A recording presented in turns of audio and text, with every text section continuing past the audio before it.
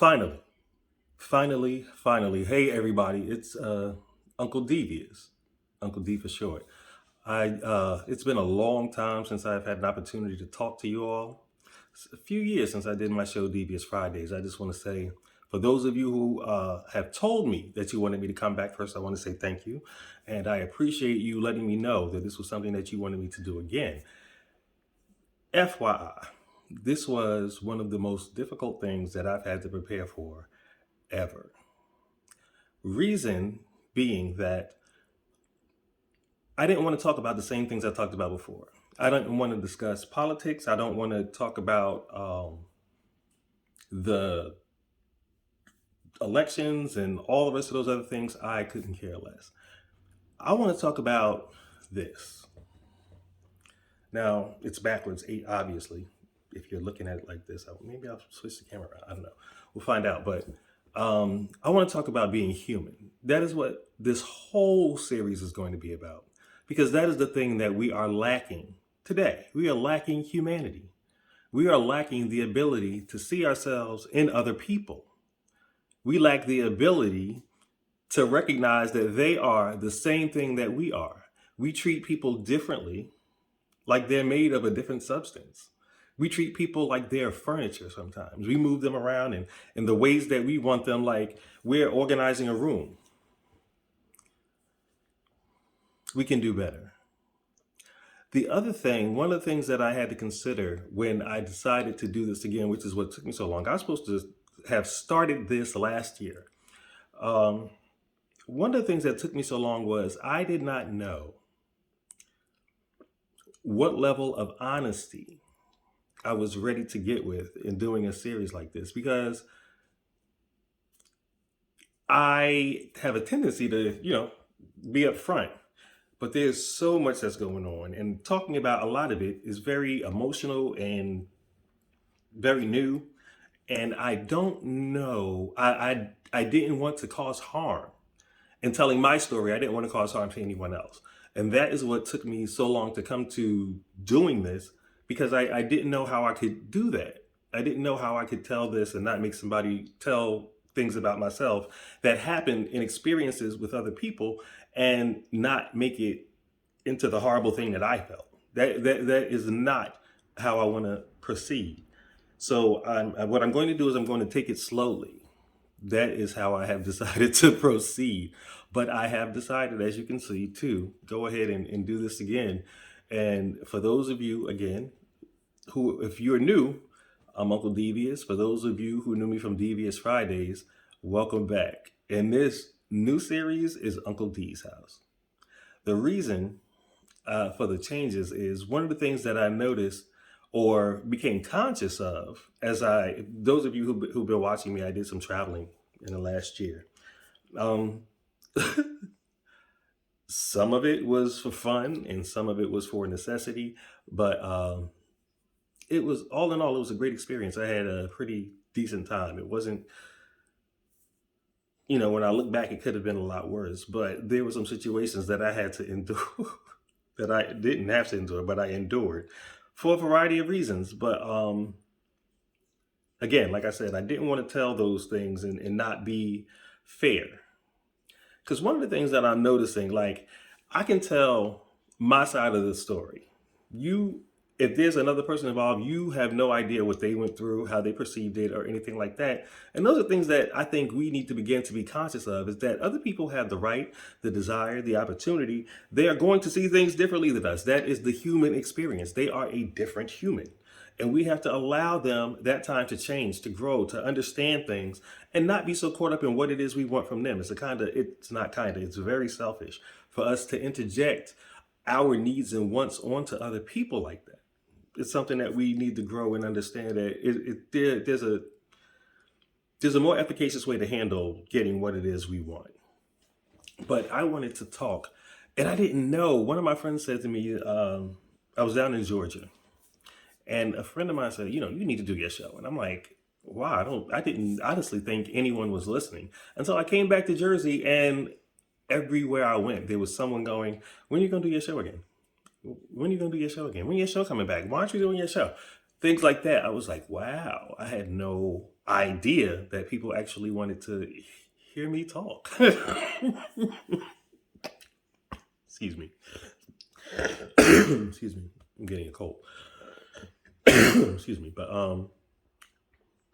for that, for all of you who came and told me that you wanted to see me do a show again, thank you. Because I really had no plans on doing another show. I really didn't. What I found doing my last show, I'll tell you why I stopped. The reason I stopped doing my last show, the reason I stopped doing Devious Fridays, was because I have and this is my issue. That's the other part. Like I said, when in deciding to do this, I had to decide what level of honesty I am going to bring. You know, so I didn't know that my friend, we were talking, she said you need to do your show. I didn't think younger people listened to what it was I was saying. I thought that what I was saying was in another place from where their thinking was, and they had no desire to be in that place. And I went to Georgia, and a friend of mine, I stayed some time with her family. Beautiful. I love them all. I miss them. And it was the kids. It was her daughter, her son, her grandson. They would just come to me and just start conversations about so many different things, and it intrigued me. I was like, I was like, well, I didn't think not little kids, but younger people in their late teens, early 20s, maybe 30s, wanted to hear what this old man had to say.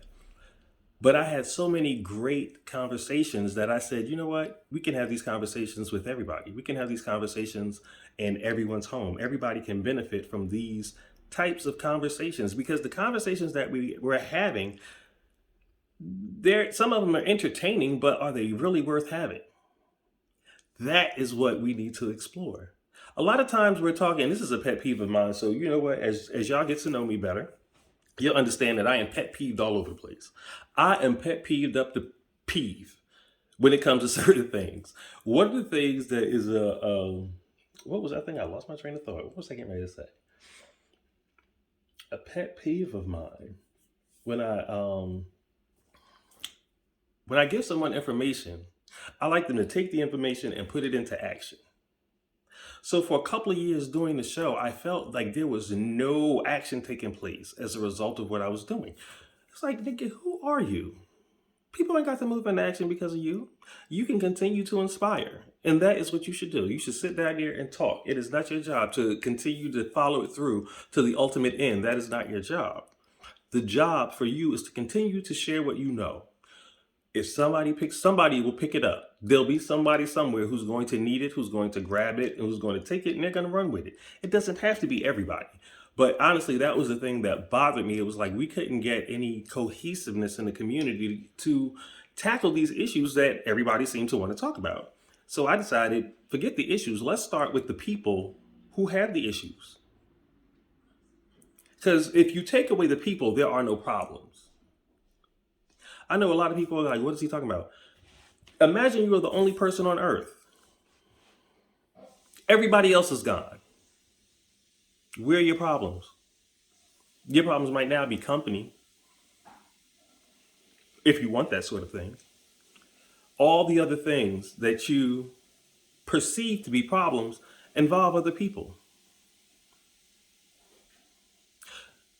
That being said, every single problem that you have is outside of you.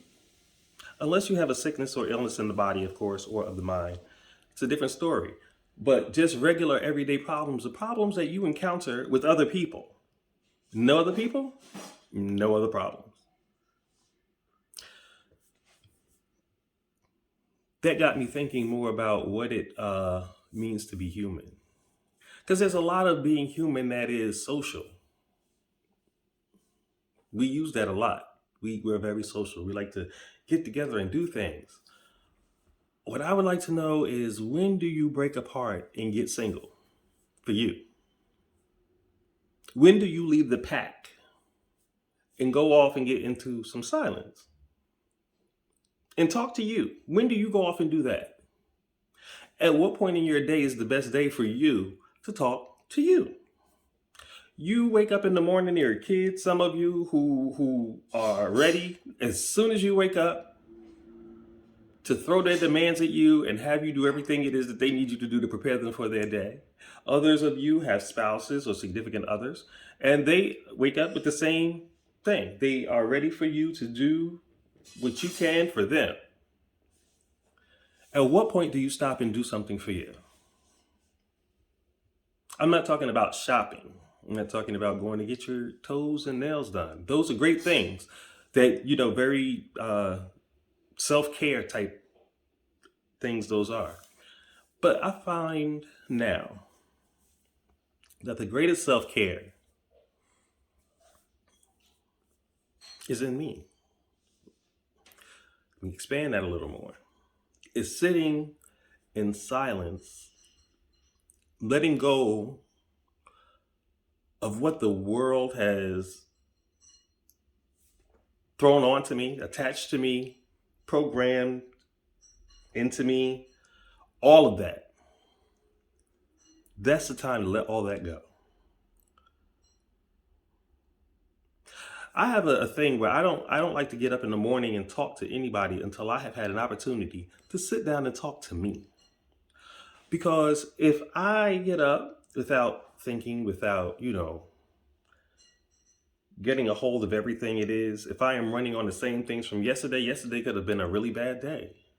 If I bring the things from yesterday into today, I'm going to continue to have the same problems permeate my life.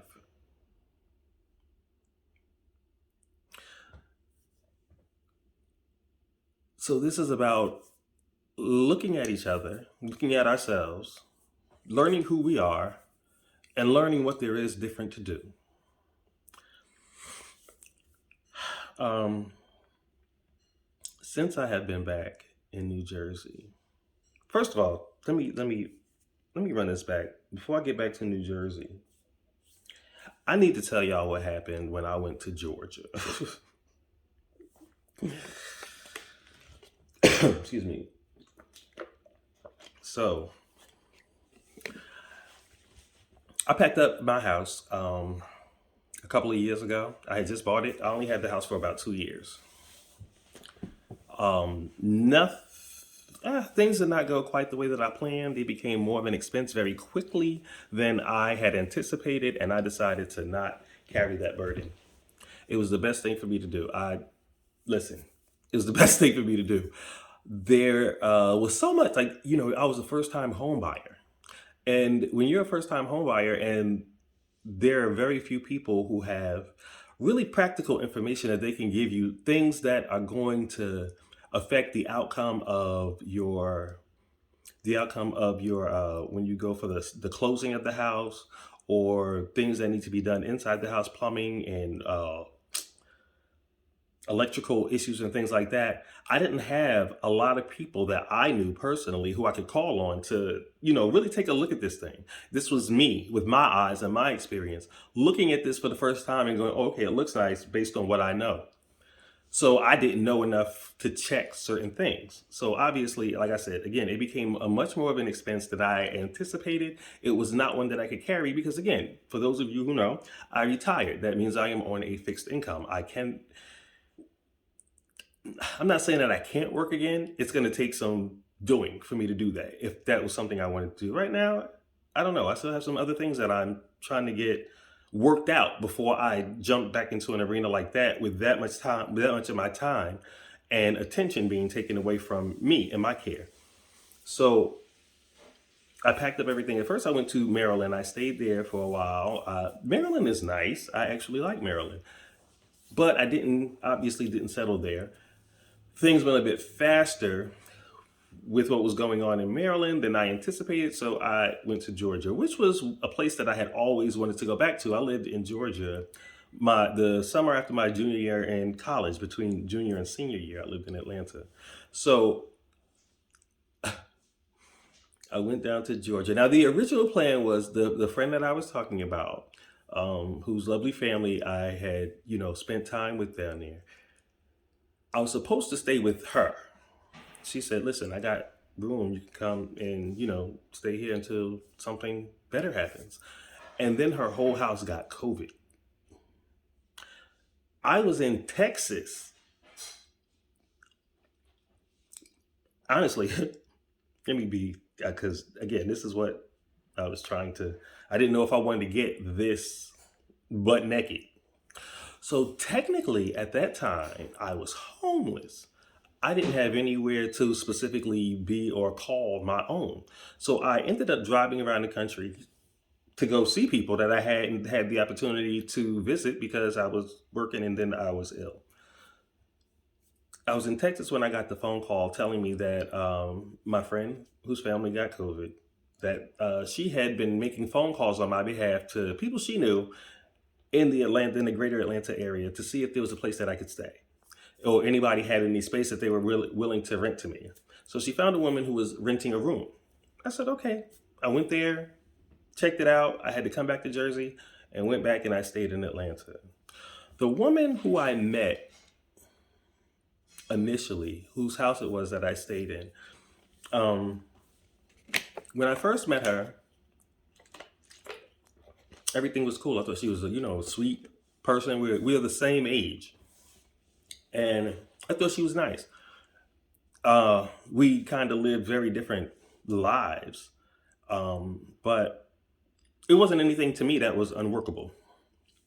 And if I'm going to tell y'all this stuff, I'm going to have to tell y'all the whole truth. Gosh. So part of the stipulations for me staying there, one of the rules was I could not have mail come to her house. I said, okay. I wasn't sure of the reasons why, because I've never had a situation where I had to delve into getting somebody out of my house based on, them living there or using my address. I have never encountered a situation like that. It's not part of my experience. So I didn't know what it was for and I didn't ask. She said that's what it was. I said, okay, I got a post office box. What I did not know or understand prior to going was that when you change your health insurance, because I'm, again, like I said, I'm disabled, I get Medicare. So Medicare, the packages that are available every year for open enrollment are based on your zip code. Based on your zip code, they tell you which packages they're offering in your area and what health care you're entitled to. What I did not know was that I was going to have to put down a domicile, a building address. I didn't know that. But what I did was they had two different fields. They had one for your mailing address. They had one for the home address. So I said, okay, good. So the mail won't come here because I'm putting the mail address as my P.O. box. I thought I was good. I put the residential address and the P.O. box. Mail started coming to the house. And because I had agreed not to have mail come to the house, I called my health insurance carrier on more than one occasion and explained to them my situation. I said, listen, I'm going to be homeless if you all keep sending mail here. Y'all can't do that. Like, please stop. So we tried to work around a few things. I don't know what happened, but when you have a huge company, if I call Mary and she's on the 15th floor in JH department, somebody down in the mailroom is not going to get the message that I don't want my mail coming to a certain address. I understand that in business, things like that happen. She didn't. She didn't understand it. She didn't like it. She thought I was doing it on purpose. And things had gotten so odd in the house, but that was due to a whole other set of circumstances, and I had to say that that's my fault. Excuse me, huh? Yes, thank you. I have to say that was my fault because when I first got there, the friend who hooked this up for me, I had been there a whole week and I was tired. Oh gosh, I was tired because I'd been driving from Texas to New Jersey to South Carolina. I had been all over the country, like literally, it was crazy. So I was tired. The first week I was there, I ain't calling nobody. I didn't do much of anything. I relaxed and chilled because that was what I needed to do. I had been traveling a lot. So the friend who recommended the place to me, she called me and was like, "Yo, what's up? I ain't heard from you. Is everything okay?" So we ended up on the phone for a while. What I did not know at that moment was that there were cameras in the house. So, this woman, the woman was at work when my friend called. So I'm walking around the house, doing things I need to do around the house. I'm getting myself together. I done pulled my laptop out. I'm sitting in the kitchen at the table. I didn't know that there was a camera right at the kitchen table. I had no idea. So, the woman at me and my friend are talking, and she's like, "Well, how is this, the interaction between you and the woman whose house this is?" So I told her. Let me bring y'all up to speed on what happened the first night I got there. Now, the first night I got there, I was driving directly from Houston, Texas, by myself. It was like 14 hours or something. Texas, by myself. I'm driving from Texas to Georgia, right? That means I'm leaving Texas and I'm coming through Louisiana. I'm coming through Mississippi. I'm coming through Alabama. Then I'm getting into Georgia. None of those are states where this is a good thing. None of them. None of them. But I'm doing what I'm doing. I'm handling it. I'm making my way across country to go to this new place where I'm going to, try and see what I can do. When I get there, it's like 10 o'clock at night. I'm hungry. It's a Sunday. I'm like, oh my God, look, I'm going to bring my stuff in the house. Is there a fast food place? I'm asking the woman whose house it is. Is there a fast food place I can get something to eat? She said, yeah, there's a Wendy's around the corner. I said, oh, okay. So I'm, all right, let me put it in my GPS. I'll find it. She said, listen to this. She said, no, you don't have to GPS it. I'm going to call you and I'll direct you there.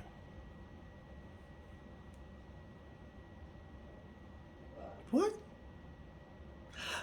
I don't. So, because again, this is my first time, this is my second time meeting this woman. I'm tired.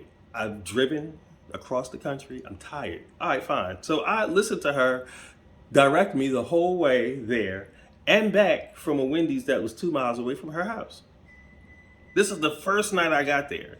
So fast forward to a week later when I'm sitting on the phone talking to my friend, I relay that to her and I tell my friend I thought that was kind of odd. Like, as a man, men maybe, and if there's men who do this with other men, I'm not sure. I know women do this often, like call me when you get there, or let me guide you there, or call me on the phone, and that type of thing. It's not something that I'm used to. Let me just say that. Let me not make it a man and a woman thing. It's not something that I'm used to in my life. So I was explaining to my friend, I thought that was a little odd. This woman sat and listened to the whole phone call and got an attitude. Now, if you got an attitude and you came home that day and said, listen, da da da da da, or if you had just, because she had my phone number, she could have texted me and said, listen, you're sitting in front of the camera. You might want to go in your room or something like that. No. She chose, I was on the phone for 2.5 hours. She told me she decided to listen to the phone call because it was a motion sensor. So because I was moving around, it kept going off. So as opposed to turning off the alert, knowing that I'm in the house moving around, no, she takes the phone and listens to the entire phone call. So when it took her a couple of days to even bring this to my attention. She walking around the house mad. I have no idea why. I think it's something she going through. Well, it was something she going through because I wasn't going through it. But I was like, so she finally brought it to my attention. I apologized. I said, listen, I wasn't trying to make you feel uncomfortable, but that's not something that I'm used to. I said that to her. So, I was just trying to help and da da da da. Okay, so you're taking my life personally. I told you in the house that night before I went to Wendy's 2 times, I don't need you to guide me there. I have a GPS. Even if I get there, I don't want Wendy's, I could go somewhere else. I have a GPS. I didn't see the need for you to sit on the phone with me the whole time. I think that's weird. Obviously, she was offended. So how long was I there? It was only 6 months. The rules were, because my medication is inhalation medication. So she was like, you could do that in the house, but you can't smoke cigarettes in the house. She said because she quit smoking. She had smoked for 20 years and it, triggered her. I said, okay, that's not a problem. I can go and smoke outside. That is not a problem. So I went, the way the house was structured, my bedroom was like very close to the front door. There were 3 exits out of the house. The front door, there was a back door that led to the driveway, the carport, and there was another back door that led to the yard. I went out the front door. That's the only key she gave me to the house. She said, that's the way I would like you to come in. She came in through the back door. I said, okay, that's cool. So what I started doing was I started smoking at the front door because it was closer to my bedroom. As opposed to stopping me in the house, she sends me a text about smoking in the front and would prefer if I smoked in the back because it's more private. You're not smoking.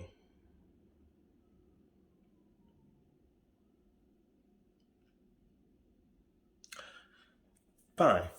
I could go in the back, in the driveway. I could sit in my car and smoke. That is not a problem. Then one day she was home from work and I forget what triggered this. I don't know what triggered this, but this is how she would communicate. She would send me a text. So the house, if you've ever lived in a house that has a septic tank, you know there are certain things that you can and cannot do when you have a septic tank in your house. You do not want to flush certain items down the toilet. You do not want to flush a whole lot of paper down the toilet. You don't want it to clog up, back up. You want to keep your septic system clean. Listen, I didn't know the house had a septic tank until one day she just sent me a text and, oh no, we were in the house talking, actually. It wasn't a text this time. And she said, don't put any paper in the toilet. Now I feel like I'm going insane. What did you just say to me? She said, yeah, I don't put paper in the toilet. In my head, I'm like, what do? You eat it? I don't understand. What do you? She said, I put it in the trash and I take it out. Now she had her own bathroom that was en suite in her bedroom. So, and I had never been in her bedroom. I never saw her bathroom. She told me. The bathroom that I used was the one out from the hallway, but it was right across from the bedroom that I was using. So we didn't even use the same bathroom. But now she's telling me that shitty toilet paper, I cannot flush. I need to put it in the trash. And so, okay, fine. It's your house. I'm here. I'm going to do what you asked me to do. All right? For those of you who know, I practice Islam. One of the things that you don't do in your house is you don't leave the bathroom door wide open. That's where unclean things take place. You don't want that coming out into your house. So I would close the bathroom doors. I had it when I came out. This woman told me in case her company wanted to use the bathroom, it wasn't locked or anything, but that I should leave it open so that she would know that I wasn't occupying the bathroom. Now, you've just given me instruction to leave shitty toilet paper in the trash in the bathroom, or to put it there, not leave it there, but to put it there. And then you tell me that I'm supposed to leave the bathroom door open.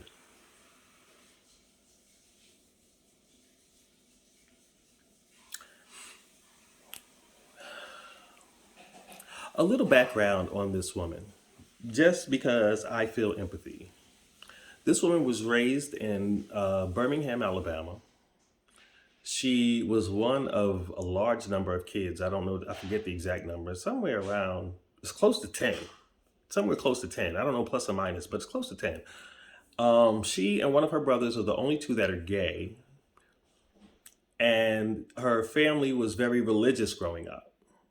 So, the only two places in the world this woman has been is Alabama and Georgia. She and I are the same age.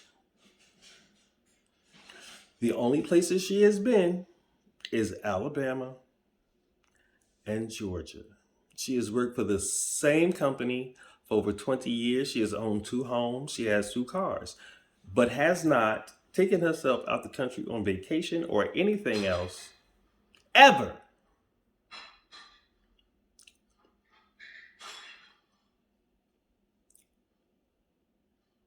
So, the morning after I found out my sister Crystal passed away, more mail had come to the house, unbeknownst to me, because I never checked the mailbox. It wasn't. I had a PO box, like I said. So she, because the camera in the kitchen you could see it went up the hallway. So she would wait until the alert came on that I had moved past the camera in the hallway to use the bathroom in the morning. If she had anything to text me about or call me about, she would wait until I went past the camera and then she would call me. Creepy much? So the morning after my sister Crystal passed, I wake up, I am completely discombobulated.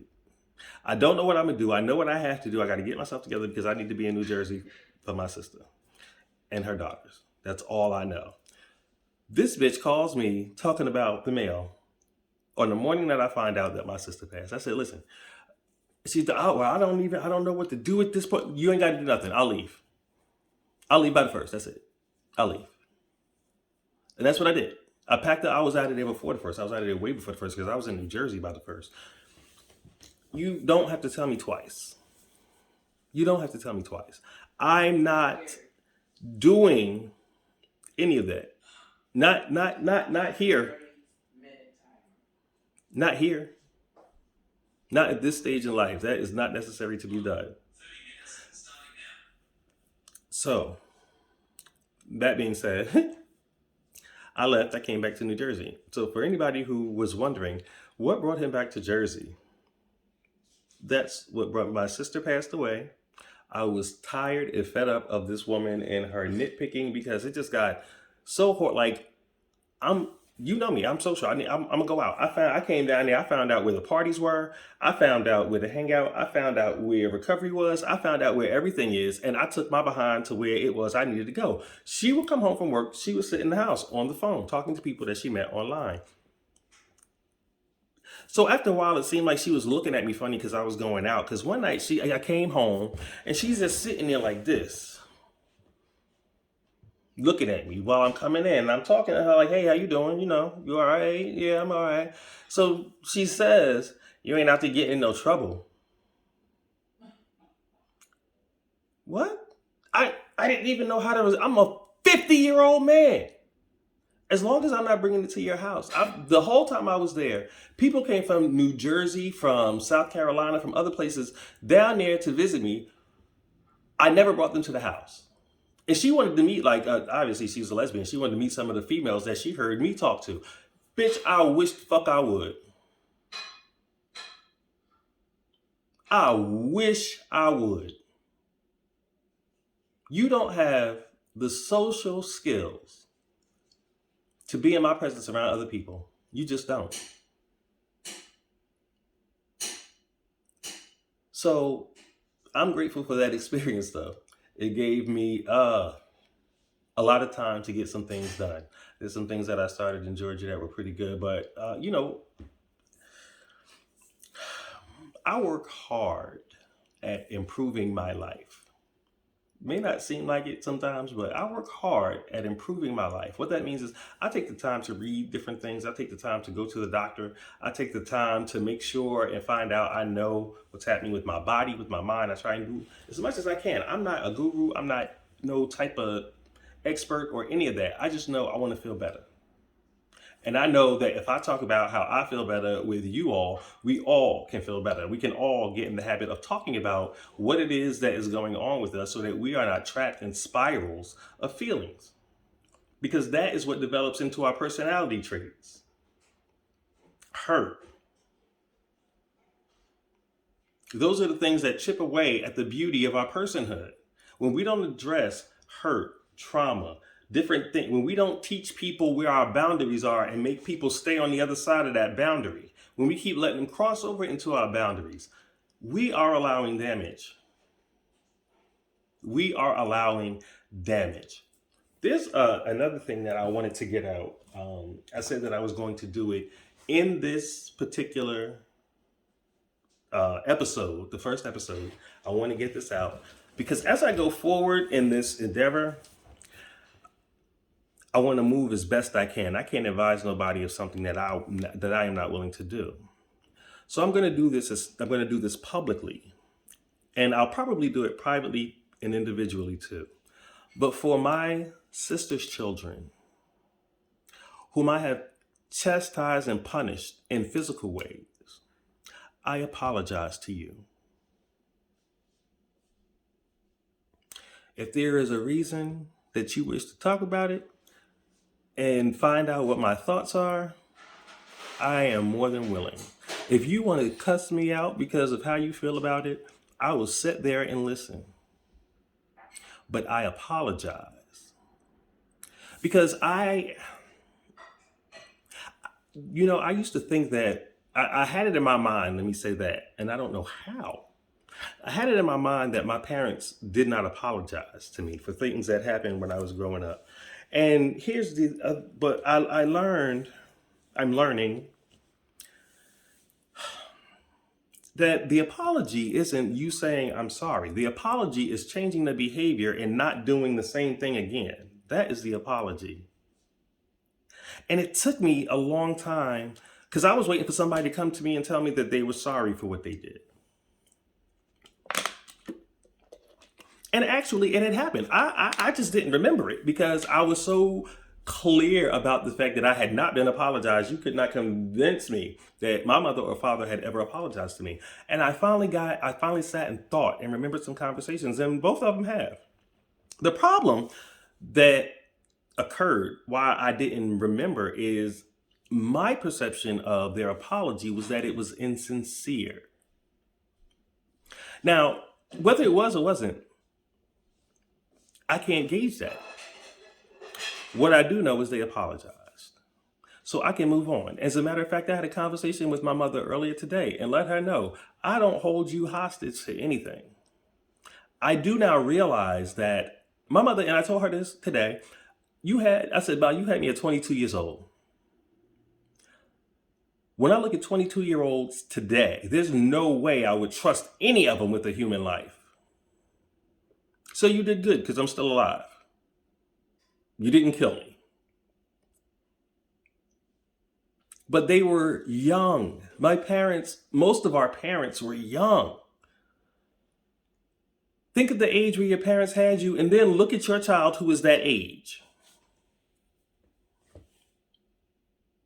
You think that creature ready to handle a whole baby? No. So imagine your parents with the way that we grew up. Well, no, but I can't say. Let me talk about me, not we. The way that I grew up, it was I was brought up in a religious family. It wasn't a cult or anything. It was just we were religious. They went to church every Sunday and the choir rehearsal and vacation Bible school and all of that stuff. That's what they did. That was the social activity for my mother and her siblings growing up. That's who they were. Um, that's fine.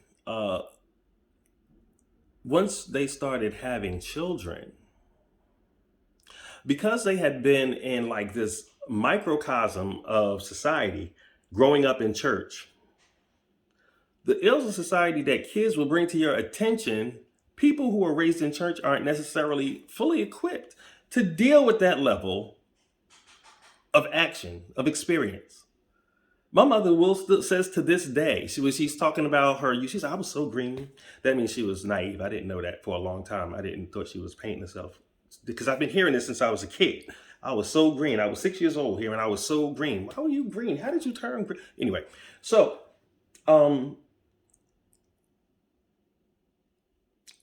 being that young and having kids, the thing that happens oftentimes is you haven't matured, you haven't decided, solidified, discovered what it is you want to do in your life.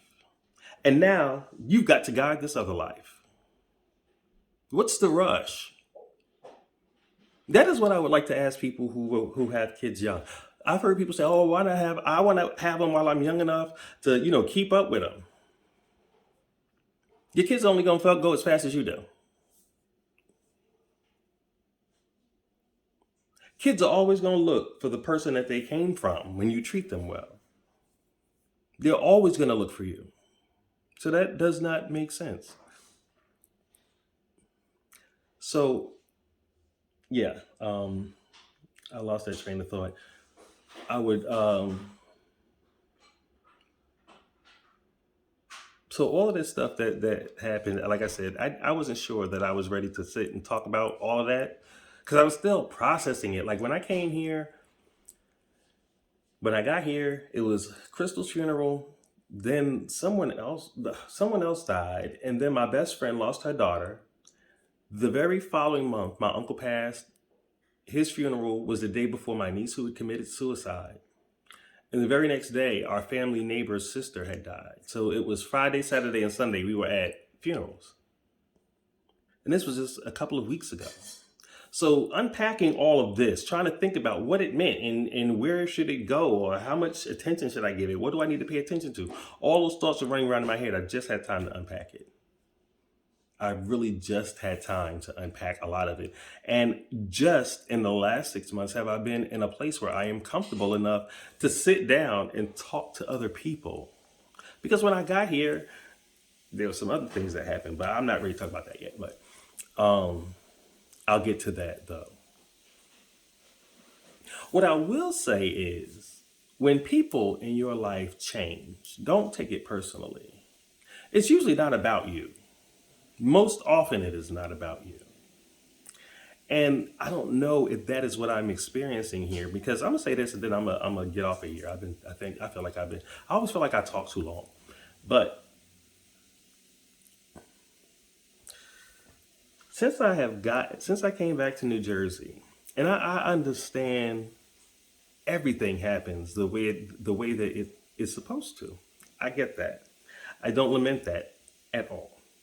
But I do have to reshuffle, reorganize, and reprioritize my life when I find that most of the people who I left here in New Jersey when I went to Georgia and Maryland, many of them, there's a number of people who, for reasons that are completely unknown to me, have stopped speaking to me completely. I call you, your number's changed.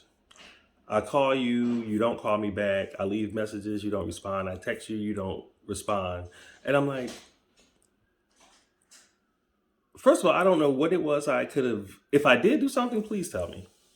I'm always the type of people, I'm not going to get upset if you telling me that I did something to you that I need to apologize for. I'm not going to get upset. I always think it is when if I call somebody my friend, I want for them what I want for myself. So if I call you my friend and you do something that hurts my feelings, I'm going to let you know because if I hurt your feelings, I want you to let me know so that we don't continue to do that and we can continue to be friends, not hurting each other's feelings, you know? But I understand that there are people who do not have that capability. That is a skill. It is a skill to talk to people and tell them that something that they did was disagreeable to you without being completely and maniacally emotive. And I know I'll probably get feedback on that, but I really don't care. Listen, y'all like people admit, I find that people want, don't expect me to step out of my biology to make you comfortable. Is all I got. There's certain things that biologically I'm going to be comfortable with. Other things physiologically, I'm just not going to be comfortable with the way that certain amounts of information are going to be presented to me. You can do that unemotively. And I'll get the content. I can understand the words when you take out the feeling. Because I don't need your feeling to understand your words. A friend of mine hates that I text because I like to talk to people in their face so that I can say and I can see and that's bullshit. Communication is communication. If I am texting you with the accurate information that it is that you need, why are you worried about whether I called you or not? That may be the way that you prefer, but if you're communicating with me, please understand that that is not the way that I'm going to respond. I'm going to respond in the way that I am most comfortable because I know who you are. Knowing who you are, I know what this will turn into, and I choose not to do that. So this is the way that I have chosen to communicate with you so that both of us stay safe.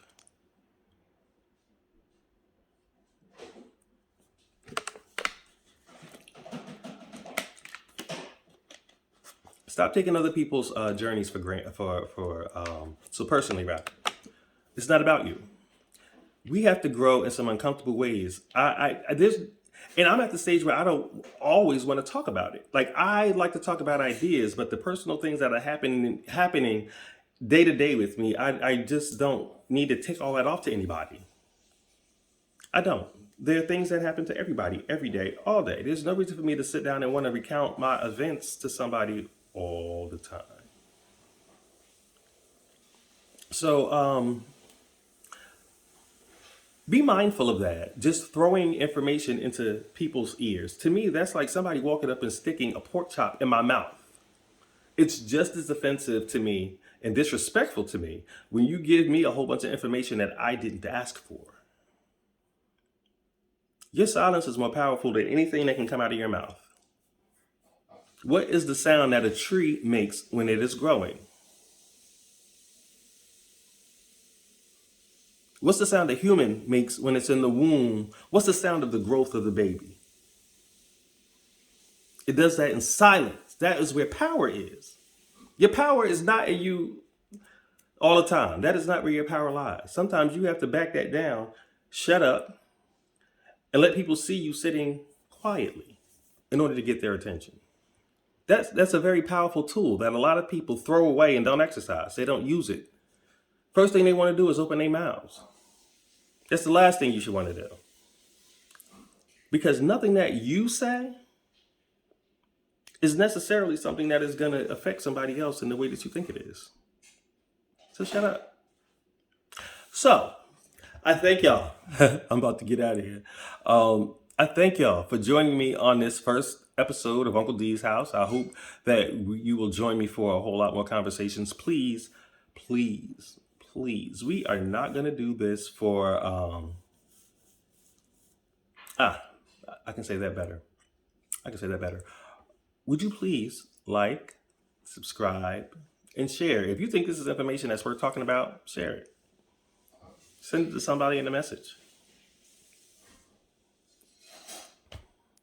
Like, subscribe to my email, my email. Sorry about that. My YouTube. The link is going to be up, so you can subscribe to my YouTube. You can like my I'm Just Devious on Facebook. One Devious Whole Soul on Instagram. I'll put it all up there. Y'all, I'm not gonna rattle it off.